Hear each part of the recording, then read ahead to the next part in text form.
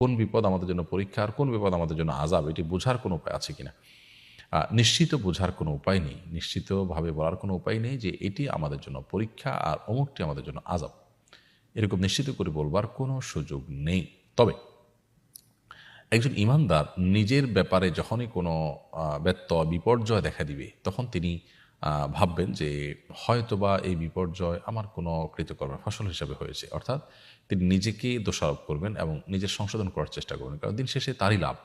যদি আমি নিজেকে দোষারোপ করি তাহলে আমার সংশোধনের পথ উন্মোচন হলো।